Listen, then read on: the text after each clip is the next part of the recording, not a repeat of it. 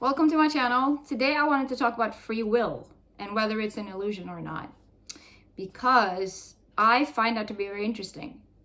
And I actually wrote it down, and so it's in written form this, so I'm just, in the beginning, I'm just going to be reading, and then I'm gonna, when I explain my own point of view or my take on how I see it, I'm gonna just speak freely.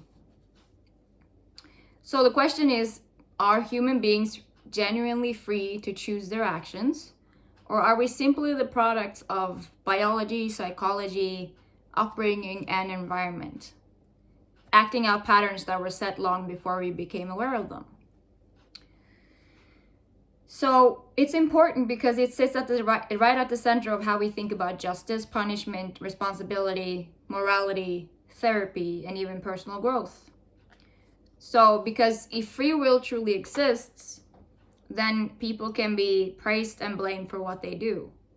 If it doesn't, responsibility itself seems meaningless, right? So I'm going to explore this question from 3 different angles. First, we're going to go into the classical philosophical positions: determinism, libertarianism, and compatibilism.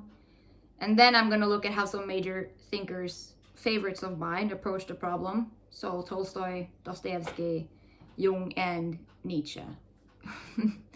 Nietzsche is important. And finally, and then I will give my own position, and then how I see it. And that's not only grounded in philosophy, but also in psychology, mental health, and real-world social behavior. But, so my conclusion will essentially be that total uncaused free will may be an illusion, but agency is not. So, so the classical debate is, if we start with the traditional framework, the debate between free will and determinism is one of the oldest in philosophy. At its core, it asks the deceptively simple questions. Are human beings genuinely free to choose their actions, or are those actions fully determined by prior causes? So determinists believe that every event in the universe is the inevitable result of preceding causes, and that only one future is possible. So from this perspective, human decisions are caused by genetics, upbringing, culture, brain chemistry, unconscious processes, and social and economic conditions. In other words, your choices are just the final link in a long causal chain that started before you were born. So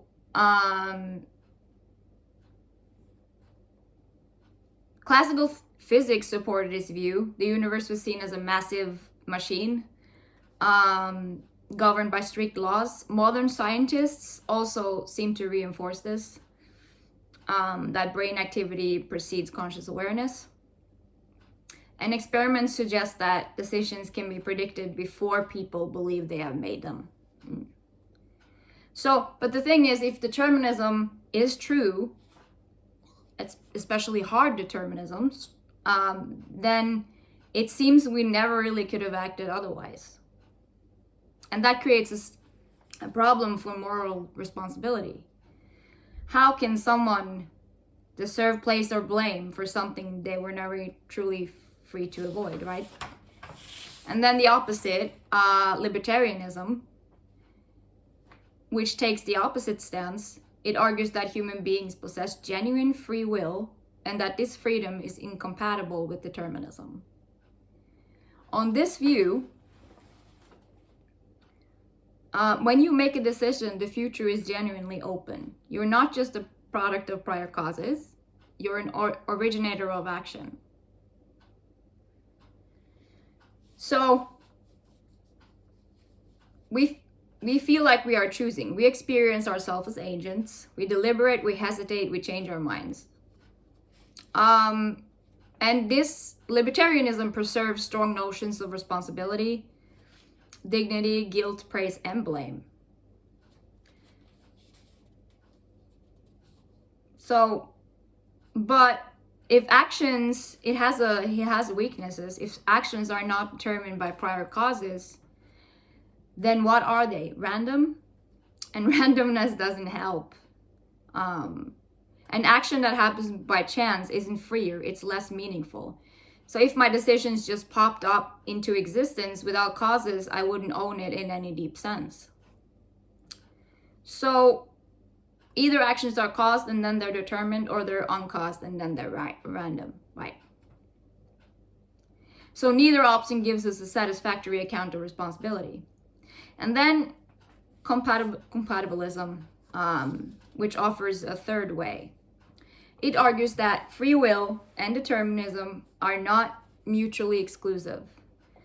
That human actions can be causally determined and still free, depending on what we mean by free. So if we redefine it as freedom from coercion. So if you act freely when your actions flow from your own desires, values, and reasoning rather than from external force.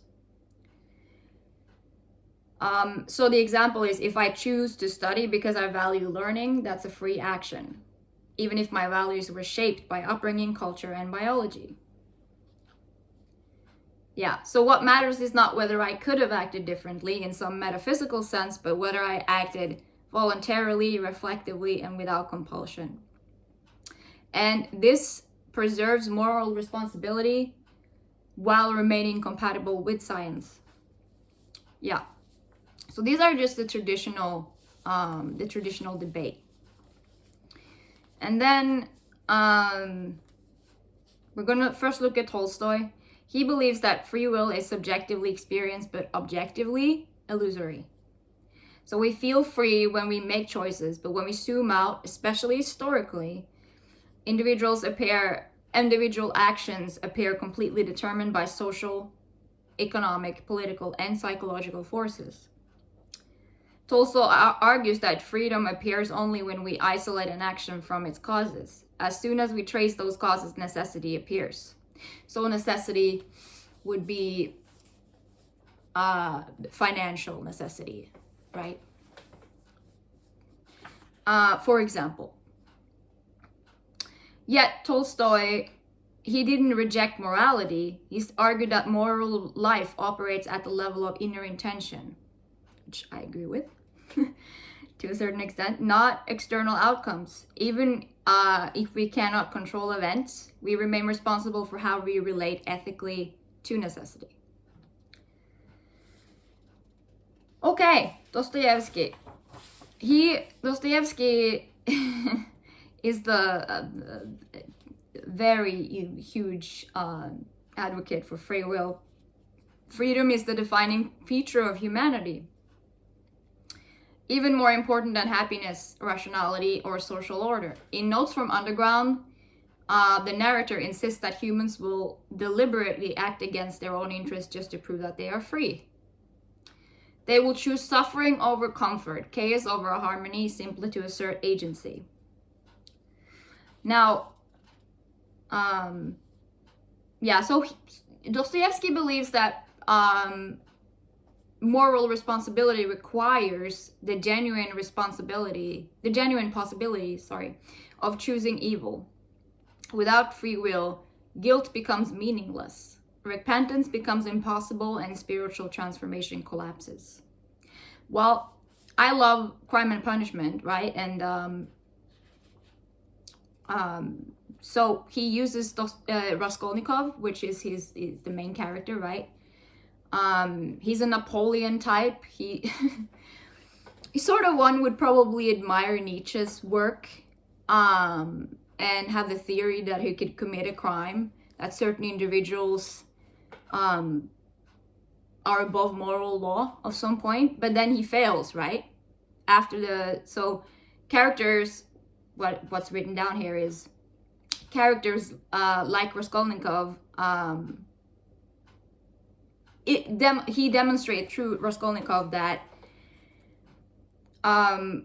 this theory fails, because Raskolnikov's suffering in the aftermath of the crime arises not from deterministic causes, but from the moral weight of a freely chosen act.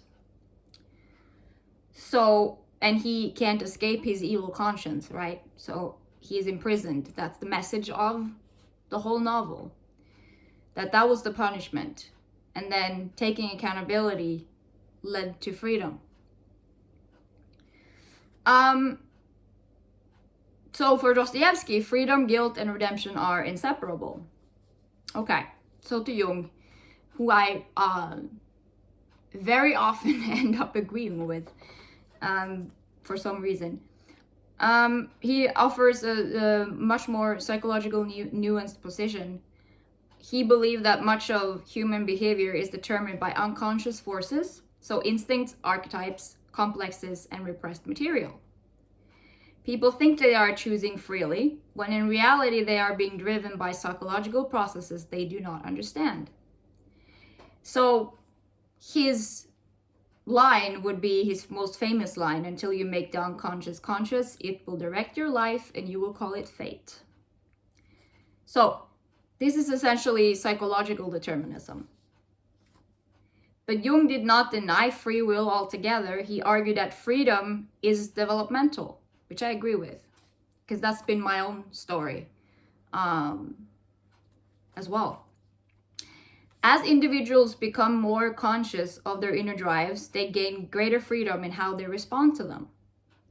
So freedom for Jung is not independence from causation. It is conscious integration of inner forces. The more individuated you are, the more freedom you have. So essentially that freedom increases with awareness through the process of individuation. I would take it as far as saying moral responsibility too, which I believe he said that too, that moral responsibility also increases with access to information, knowledge, and self-awareness. So Nietzsche, he had to come, Nietzsche is deeply skeptical of free will. He claims the idea of free will was invented to justify guilt, blame, and punishment, especially in a religious context, right? He was maybe had some church trauma. Is my sense on him. Sorry if I'm wrong about that, but he was very skeptical of religion in many ways. But the funny thing with him is apparently, for what I read though, Jung called him the prophet of the God he denied, which is the works was thus spoke Zarathustra, right? His most he calls it the most important work he has made, but it's built. So apparently Jung said because it's written like scripture. And what I find interesting is that he's describing a form of sort of a Jesus figure, a higher type, really. It seems to me, which is, while at the same time, being distant from Christianity in many ways. But anyway, that's for another video, which I'm gonna unpack that a little bit more. But Nietzsche, for him, the self is not a unified chooser, but a multiplicity of competing drives and instincts. What we call a decision is just the temporary dominance of one drive over others. In that sense, libertarian free will is an action. But Nietzsche does not reject freedom entirely. He redefines it as self-mastery. The ability to organize, affirm, and take responsibility of one's drive, rather than being passively ruled by them.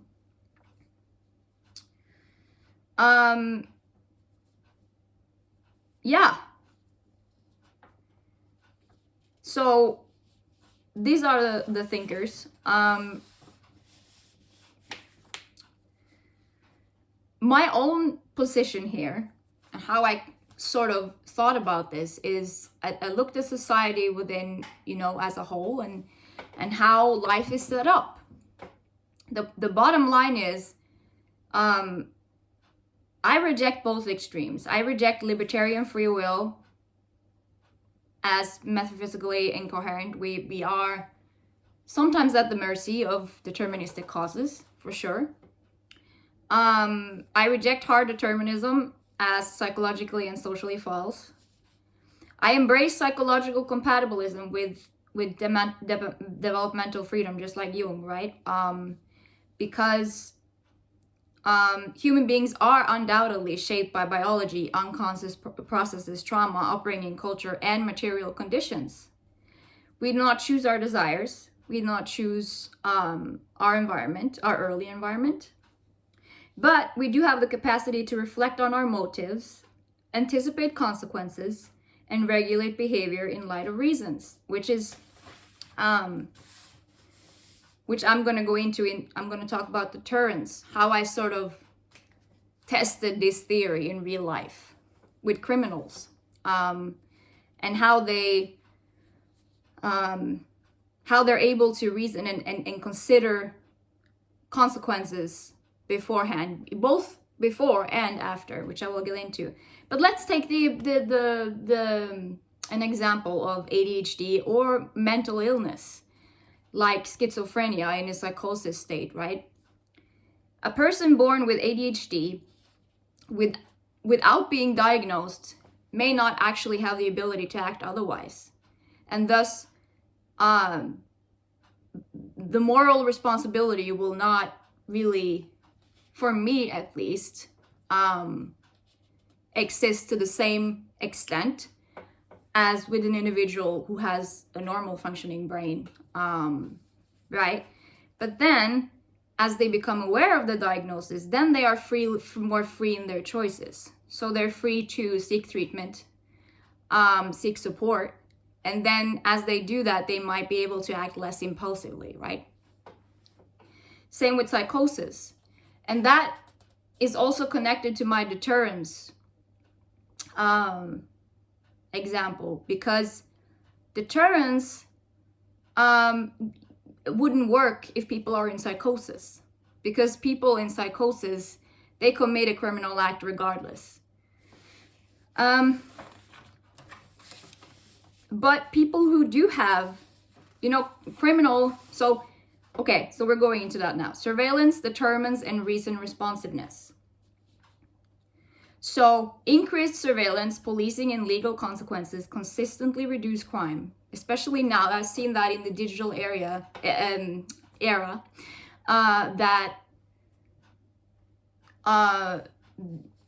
crime, there is reduction in at least violent crimes because people are afraid of getting caught. That proves that criminals have the ability to think, they have mental awareness of the consequences of committing XYZ of a crime, right?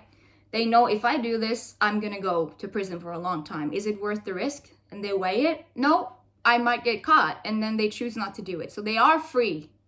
Even if they're a psychopath, they still have mental awareness around what's can happen, what's probably gonna be the outcome.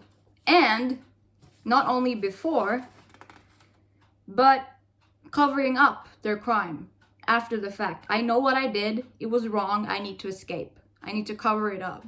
So they do have mental awareness. If they have been run through the education system, they have full mental awareness that certain things are illegal, and they will have these consequences. If you choose this, you will have these consequences.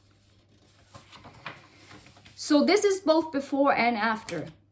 Proves that people have the ability, even if they have a tendency to, even if they have antisocial genes or whatever, I don't know if you can inherit that, but if you do have that tendency toward antisocial behavior, even then you have the ability to restrict yourself because there is reduction in crime.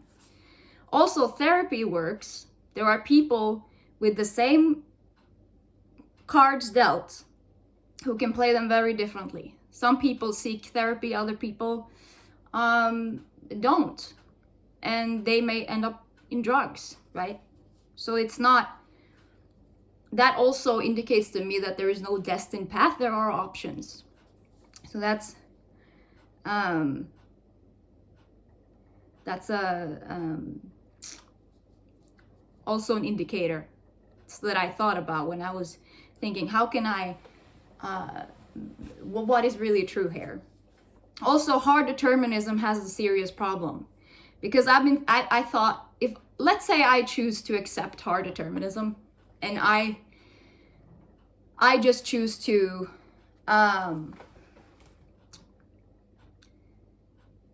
sit back, wait passively, do nothing, and then wait for necessity and deterministic causes to influence my behavior, right? So I need money, for example. So I need to work.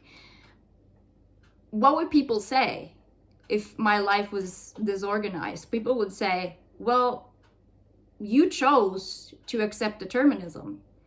You chose to sit passively, so even that is a choice.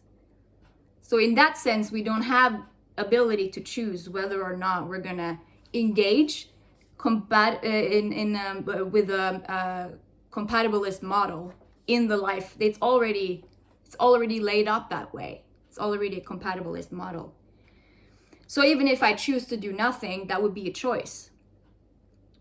So how can you think about that? I was just watching earlier today the interview with John Scofield, Rick Beato and John Scofield. I love him, beloved guitar player. And so jazz, the reason I mention him is because jazz is sort of like that, right? That you have the rhythm and the chords are set, and then you when you improvise, you have you choose from a variety of options, but you are engaging with options within the confinement of deterministic causes, which is how I see it. Yeah. So that's really how I think about the free will issue. Even if everything was scripted, which some people believe, it's unlivable. So we have the only way we can actually live is to believe that we freely, not completely freely, but that we have choices. Complete free will, because we are a part of a whole, the whole totality of the universe. We cannot, in my opinion, be completely free agents in every way. We have talents and gifts for a reason. We have desires. But I believe that, the things that I've looked into, for me, that sort of proves that you do have the ability to influence your destiny in ways that, if you make, we might have might have different potentials, but whether you reach that potential or not, that will be up to you, based upon your own actions, really, and your own choices. So yeah, let me know what you think. I'm very interested about this question in particular. If you're a determinist, I would love to hear, have a debate or whatever. It's super interesting. I love you all so much. Thank you for tuning in, and I hope that you tune in again to the next video. Okay, bye.